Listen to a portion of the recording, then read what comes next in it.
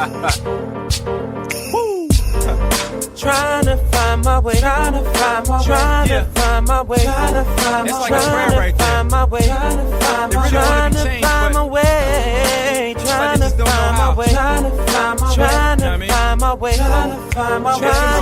I'm trying, change me. My faith is in God alone, beyond a reasonable doubt. This brainstorm pouring rain on your season of drought. Just trying to lay a couple seeds in the mouth. Thanks for listening. You ever get the feeling you was missing? What up, y'all? It's your hometown hero, Scott Lane, the Black Bruce Wayne, a.k.a. the real Adam Coleman. So, you riding with Tru-ID?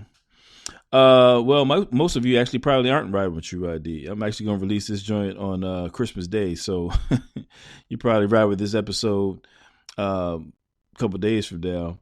But that's cool. Get around to it when you can. Why in the world would I release an episode on Christmas Day? Doesn't really make a lot of sense. It's like you're just kind of breaking all the podcaster rules with that, right? You know, it's almost like dropping a premiere episode of a TV show while the Super Bowl is on. You know what I'm saying? It's just a bad idea. That's something you really want to compete with.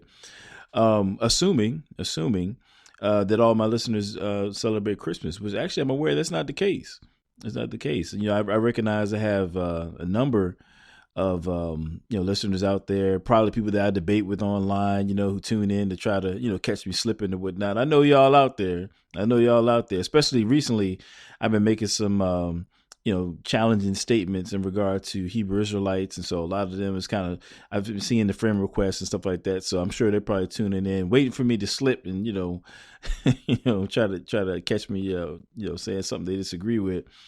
What I thought was that, for my listeners who don't celebrate Christmas, I felt, let me go ahead and do an episode for them. Let me drop something for them. They might be at the crib chilling, doing whatever it is that non-Christmas celebrators do on Christmas Day. I don't even know what that is. Maybe, you might have, somebody who's on their way to Aunt so-and-so's house. They don't really rock with Christmas, but, they still show up to the family, dinner or whatever. They might have a little time, kicking it, maybe trying to, think of all the things, all the ways they're going to bash Christmas and Christianity at the family dinner. But, maybe they'll listen to this show and be persuaded to kind of ease up a little bit, So for my listeners out there who do not celebrate Christmas, and just happen to be tuning in, let's talk a little bit. Kind of ride with me a little bit here. I think I'll probably say some things that actually might surprise you, as a matter of fact. When it comes to this issue of Christmas, right? When it comes to this issue of Christmas, I think there's a broader issue that is actually to some degree legitimate, in terms of, why people are, have such an apprehension when it comes to Christmas and all that, right? I mean, I'm speaking particularly in regard to in the conscious community, I think there's a legitimate conversation that needs to be had. So what I want to do is I want to kind of comb through a couple, what I consider to be, like just the rubbish arguments against Christianity that relate to Christmas, right? And then I want to get to what I think, is a relatively legitimate, like I said, a legitimate conversation to have. We'll just kind of comb through it a little bit, Let me see. So let me start with playing this short clip. Let me set it up right quick. So this is a clip from a guy that we talked about here on the show previously. His name he goes by the title ex-pastor Kevin Wesley. We've mentioned him on the show previously, like I said. And in this clip, he has a guy who's called into his, I guess, YouTube chat show or something like that. And, somehow, the virgin birth comes up and he starts kind of, pitching this idea about, Jesus mythicism and that sort of thing. So let's take a listen to it and then let's come back and then break it down. All right. Okay, the same way that our watches emulate the sundial is the same way our religions emulate astronomy or astrology by way of calculating and mapping the sun. The year started in Virgo. Okay, in Virgo. Virgo is Latin for virgin, literally. If you look up Virgo, etymology of Virgo, it will tell you in Latin it is virgin. Okay, right. Now, Jesus is born of a virgin, right? Mm-hmm. Okay, Jesus is born when in your Bible? Within the first century. No. What month do you think Jesus was born in your Bible? I'm really not sure, but I know that it was probably around the spring to summertime. Right. Okay. So around August, September, the month of the harvest is when Jesus was born. And the reason we know this is because nobody really knows that for sure. Oh yeah, we do. Hang on. Let me explain why. John the Baptist's mother was 3 months pregnant whenever Jesus was conceived during December. John the Baptist was born in March. 6 months after that is September. So yes, Jesus is born in September, the month of the Virgo. It's a fact. You can look it up in the Bible. It doesn't say Jesus is born in September, but it does give you John the Baptist's age and birth month. And we know that John the Baptist is 6 months older than Jesus by way of literature. So why is Jesus born in September? Why is he born in Virgo? Just like every other sun god. And this is why Jesus is born of a virgin, not a literal virgin, but the Virgo. Interesting commentary, man. Interesting. There you go again. That's ex-pastor Kevin Wesley, y'all. Going hard in the paint with that pseudo scholarship once again. So anyway, man, let me address this right quick on a number of levels. And again, I'm using this as an example of, just the really bad arguments that people just tend to throw out, around this time of year. And, some of you guys maybe have heard me, say this before, but, when people make an objection to Christianity, I kind of think about it like the game Jenga. Everybody knows that game where you got the blocks and, you take turns pulling blocks and whoever, makes the thing fall, loses basically. Right. So it's kind of like that, if I can take out the foundation of an argument, then the argument falls apart. But the first thing I want to do is I want to identify the foundation of the argument. Right. So now in this case, let's look at two pillars behind Kevin Wesley's argument. Number one, he really harps on the fact that the term Virgo means virgin, in the Latin. Now, is that the case? Absolutely. It surely is. In the Latin, the word virgin is the word Virgo, right? And so he starts from there and he wants to make this connection between, Virgo and, Jesus being born of a virgin, right? And he tries to enhance that kind of theory or add to it rather by throwing in that the if Jesus was born in the month of September, then the month of September falls under Virgo and so on and so forth, right? Now, here's the problem with that. We always want to understand that when we're evaluating ancient texts or really just any sort of historical evidence, context really matters. You can't cast off context, just for the sake of, making an assertion or making a point, making history say what you wanted to say. All right. Now, when I'm using context in a specific manner here. So say, for example, a lot of times when, we're dealing with Hebrew Israelites or something like that, or say somebody quotes a scripture, and they just totally butcher it. We may say, well, you're taking that out of context. And what we mean is if you read the entire passage, the interpretation that somebody is applying to a particular verse within that passage is not in line with the entirety of what that passage is about. The person is taking one piece of a passage and taking it out of the context of the broader passage. That's typically how we use the term context when we're having like these scriptural, religious debates or whatever. But by context, I'm actually meaning in a slightly different way here. In this case, what Kevin Wesley's doing, he's taking the term Virgo, right, and he's taking this, the narrative of Jesus. He's taking it out of its linguistic context. The linguistic context. What do I mean by that? Now, again, is it the case that the Virgo in Latin means virgin? Yes. But then the question is this. If the authors of the Bible were Hebrew and Aramaic speakers, right? Let's go with the New Testament. If the authors of the New Testament were Hebrew, Aramaic speakers, right? And they're writing about Hebrew and Aramaic speakers, and then we know, or at least all the evidence that we have points to the New Testament having been written in Koine Greek, which was the common language Greek at the time, right? Then the primary languages that we're dealing with when we're talking about the biblical text are going to be your Hebrew, some Aramaic, and the Greek, right? Latin translations don't come along till later, and the writers of the New Testament, they weren't Latin speakers. They didn't write the New Testament in Latin, and that wasn't their native language. So the question becomes, how then do you bypass the original languages and then skip to the Latin, which didn't come, Latin translations of the Bible didn't come along until later? How do you skip to the Latin and then start making all these different conjectures and theories about the text that would have been written in Hebrew and Greek? Right? You've bypassed the linguistic context of the Gospels and the text that you're talking about. Just totally bypass them, and you skip to a language that would have been foreign to those who authored the text. That is a really shaky ground to start off to form an argument, right? So when you think about how, the word virgin in the Greek is parthenos, maybe I'll say parthenos, right? And when you think about how, the Hebrew word for virgin is alma or hama, one of those two, right? Well, why bypass the Hebrew word for virgin and the Greek word for virgin, neither of which would work in terms of trying to associate them with the zodiac sign? You bypass those languages, right? And you go straight to the Latin, Virgo, right?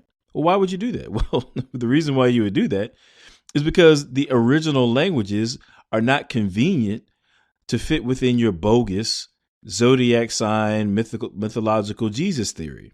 That's why. The same thing you find with the Zeitgeist documentary, and I've heard other folks. I think a guy's named Young Pharaoh. I've heard him make the same argument. It's just really swirling around the conscious community. This is an example of just a really bad argument, because no responsible historian is going to bypass the original language that a text was written in and then draw all these sorts of theories about the text that don't stand up when you go back to the original languages, right? If your theory has to revolve around a language that the original speakers didn't use, it's not a good theory. It's just that simple, right? So again, with the word Virgo, what you see him doing here is stepping outside of the linguistic context of the New Testament text in order to make his argument, right? So that's pillar number one. Number two, let me go back to that number one again. I'm going to add another layer onto that. Again, talking about how Kevin Wesley takes the Jesus narrative out of its linguistic context to make his point. Because, again, he's trying to drive this idea home about the Bible being based upon astrology, particularly, just revolving around the sun. And he constantly uses the word sun, S-U-N, and parallels it with son, S-O-N, as in, Jesus is the Son of God, S-O-N. And then he'll flip it, but Son of God, S-U-N as well, And what I want to kind of do is just kind of, again, show how he makes that same mistake, right? Because, of course, in English, the word son, S-U-N, and son, S-O-N, of course, are homonyms. They sound the same syllables, so on and so forth, right? And so that's kind of how he really plays off of that, right? Now, the problem is, again, when you go back to the original languages, the languages that the text that he's talking about would have been written in, with the Hebrew, you're doing with the Greek, and actually, in this case, we even throw in the Latin. That homonym isn't present in these original languages, okay? Because in the Hebrew, the word son, S-U-N, is the word shemesh, right? But the word in Hebrew for son, S-O-N, is the word ben, right? Now, if you move to the Greek, the word for son, S-U-N, is helios, whereas the word son, S-O-N, is geos, right? And then we can even take it even further, right? Because in the Latin, the word for son, as in S-U-N, would be solus, right? But then the word, again, in Latin, for son, this time S-O-N, would be filius, right? So in this case, right? So already when we talked, in regards to Virgo, Kevin Wesley is just out of pocket linguistically. You know what I'm saying? He has to appeal to a later translation. You know, he has to get away from the original, you know, languages that the text would have been written in.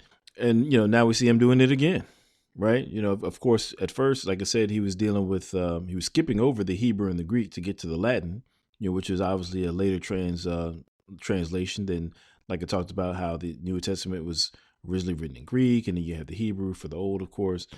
But now, you know, it's even worse because now he's skipping past the Hebrew, the Greek, and the Latin, and going all the way to the English, you know, to make his son SUN/son SUSON argument work. Right now, of course, the English language didn't come about till that's 14 or 1500s, and so now you're dealing with a language that's over a millennium after the time of Jesus and the original text that you're supposed to be dealing with. So again, linguistically, he's way out of pocket, way out of context to make the argument that he's trying to make. So again, now let's go to number 2. All right, let's talk about culture a little bit. Okay, cultural context. You know, so we're talking about linguistic context. Now we're going to switch to cultural context. This is the second pillar of his argument, you know, that we're about to knock out, and then ultimately, I think his argument fails. Okay, so now when it comes to cultural context, Wesley's argument revolves around this idea that you have sun worship going on, or let's say, you know, that astrology is the driving force behind the biblical text, right? And that in order to understand the biblical text, you have to understand, you know, of course, the zodiac constellations is how the sun moves through them and so on and so forth. He's described this several times in other videos. He's really stuck on it. Now, what's interesting about that is this. The Jewish calendar is a lunar calendar, not a solar calendar, right? When you're dealing with the Jewish calendar, you're dealing with a lunar calendar, particularly in the ancient times, right? It was a lunar calendar. They based their months, days, and so forth around the positioning of the moon, not the sun, right? Now, I'm not going to harp on that too long, but I just want to make the point that not only is Kevin Wesley making arguments that are linguistically out of context, right? This idea of basing things around the sun was not a Jewish idea. That's not the way that they did things, right? Their calendars were based around the moon, not the sun. Okay. So in order to say that they would, you know, that the biblical texts are based around astrology, you know, the movement of the sun, you would have to impose this solar type of understanding of times and seasons upon a people group, the Jews, that didn't themselves adhere to that, right? So if we're going to understand the biblical text in the context, the correct cultural context, it doesn't make a whole lot of sense to impose upon them a means of, you know, interpreting the stars and so on and so forth and times and seasons that they themselves didn't adhere to, right? So that's the second pillar right there. Kevin Wesley's argument about the sun here, about, you know, Virgo, so on and so forth, on two levels we saw that is completely fallacious, you know, linguistically. You know, it doesn't make sense for linguistically. And also from a cultural standpoint, we just don't have good reason to think that a group of people whose whole calendar system was based around the moon, all of a sudden they're just going to adopt this idea of the sun and then, you know, write a whole narrative, a whole culture shaping narrative around the sun. It's just not plausible. You can put it that way, you know. So we have good grounds to reject, you know, Kevin Wesley's argument here.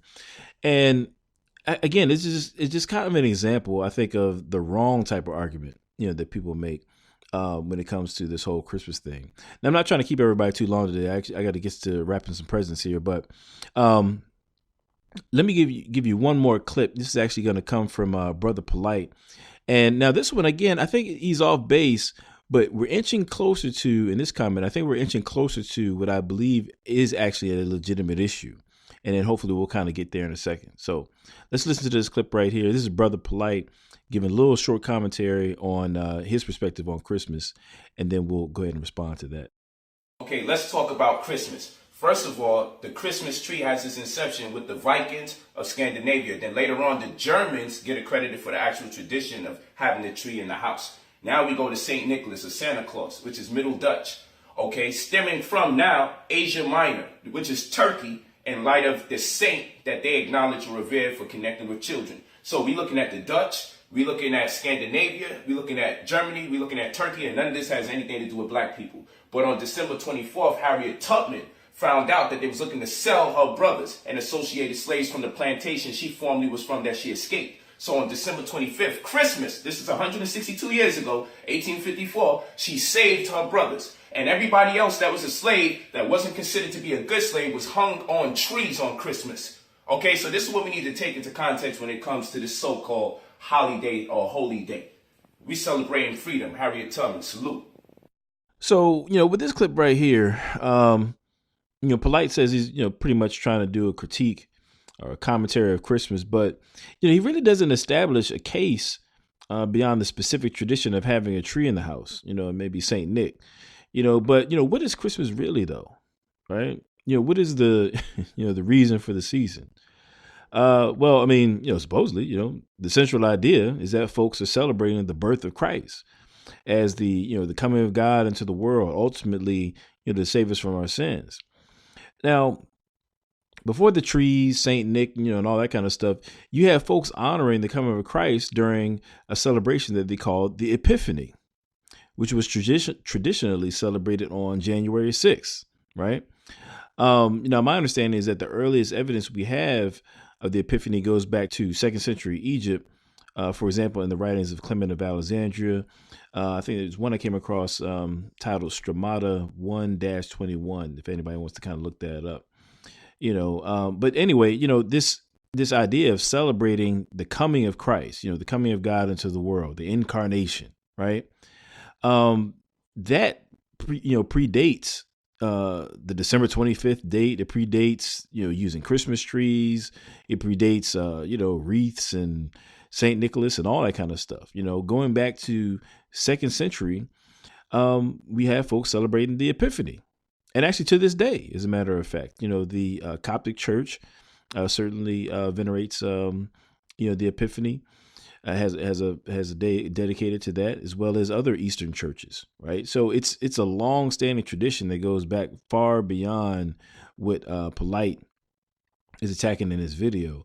So Polite might have gave a dagger to Christmas trees and Saint Nick, but in terms of what Christmas is actually about, the coming of Christ, God coming into the world to save His people from their sins, it just he kind of falls short of that.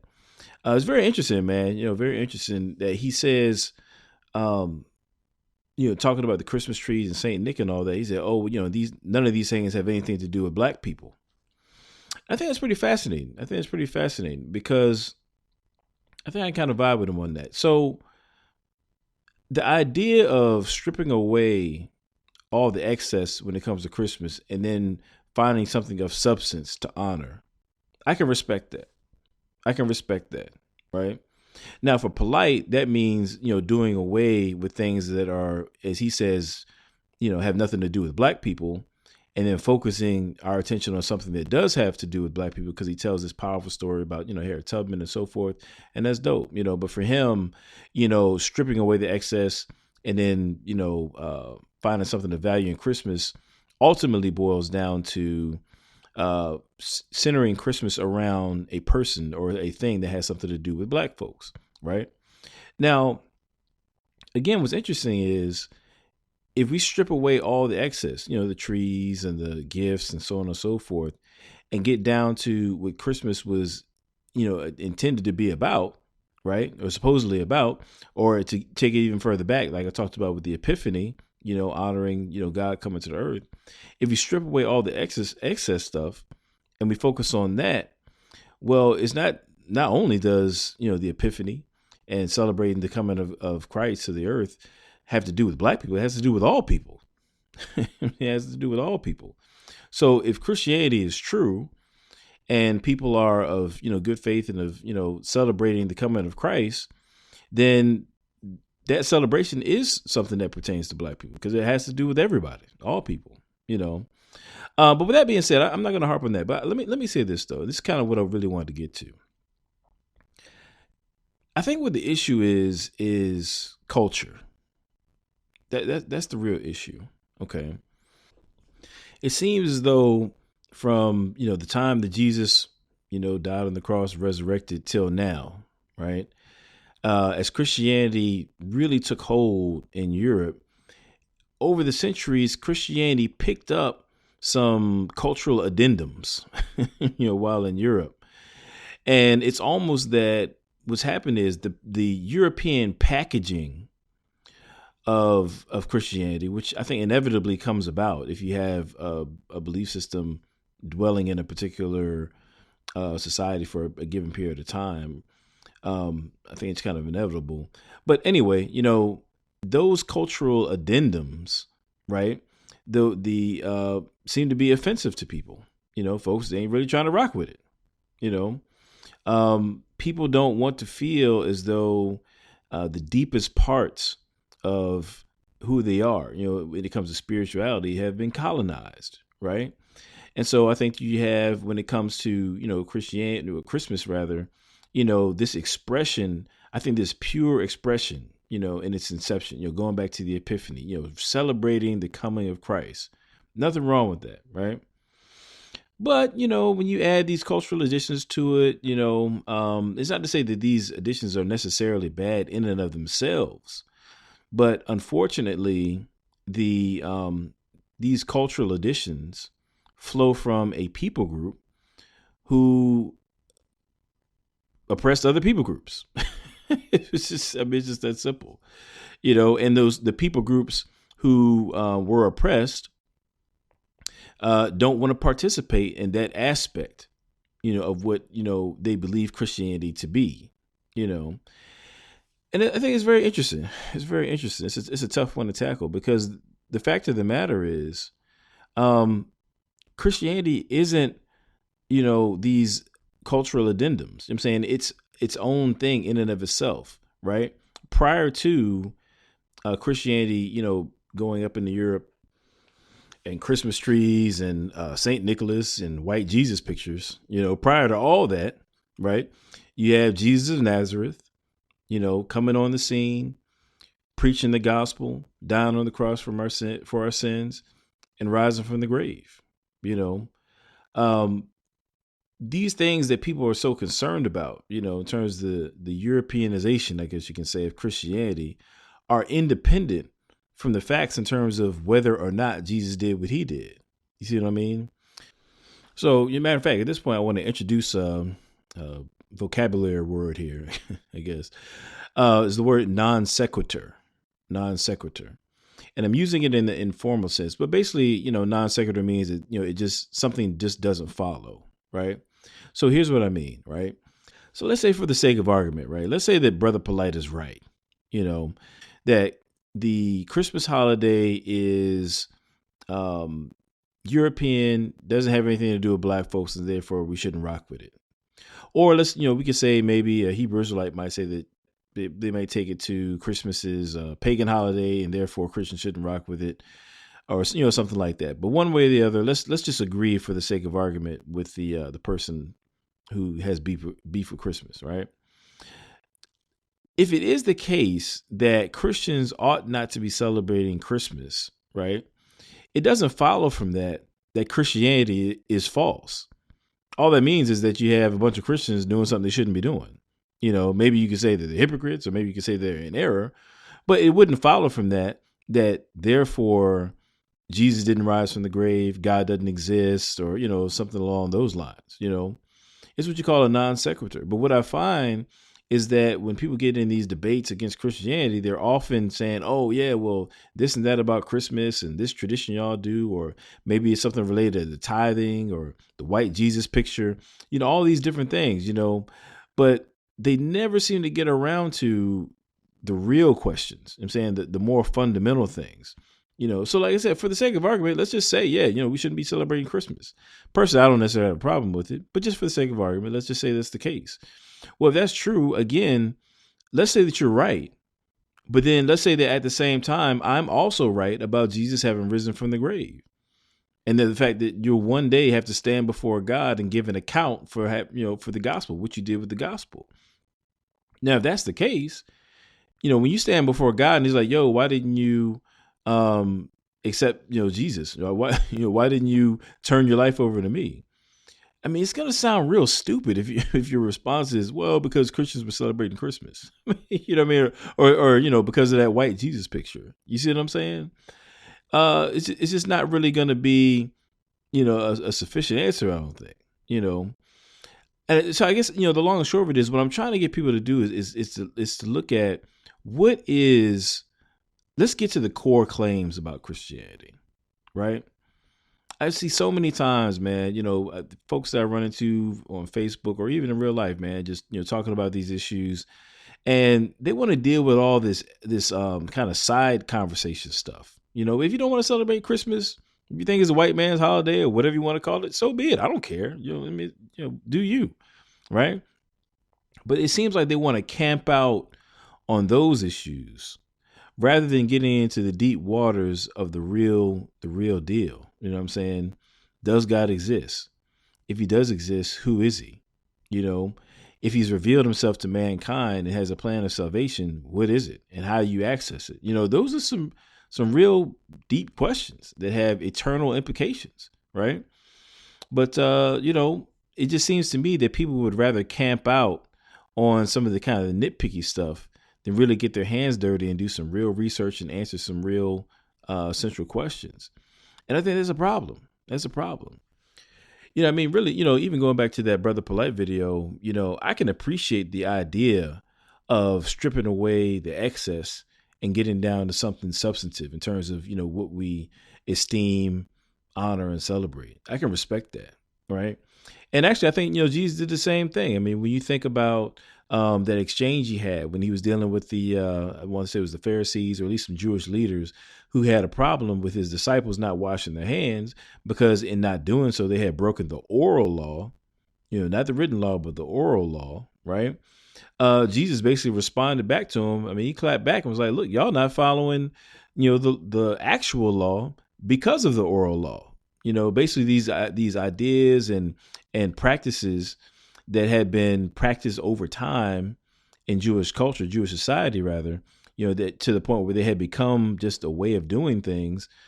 That was their culture. It was a part of their culture that was causing them to, actually break the law of God. Right. And so, Jesus was like, look, man, the traditions of man make the word of God to null effect. Right. If something is impeding, God's way of doing things and God's will, right, then certainly, that thing is expendable. We need to make sure we cast those sorts of things off, right? As a matter of fact, I will refer people back to the a couple episodes ago when I had Dr. Vince Bantu on. We talked about the cultural captivity, concerning Christianity and the white Jesus picture and all that kind of stuff. I mean, if there's a cultural stumbling block, between somebody receiving the gospel or, really living out who God called them to be, then certainly, those are the kinds of things that we ought to, cast off in an effort to be, more like Christ, both individually and corporately. But that's just a little sidebar there.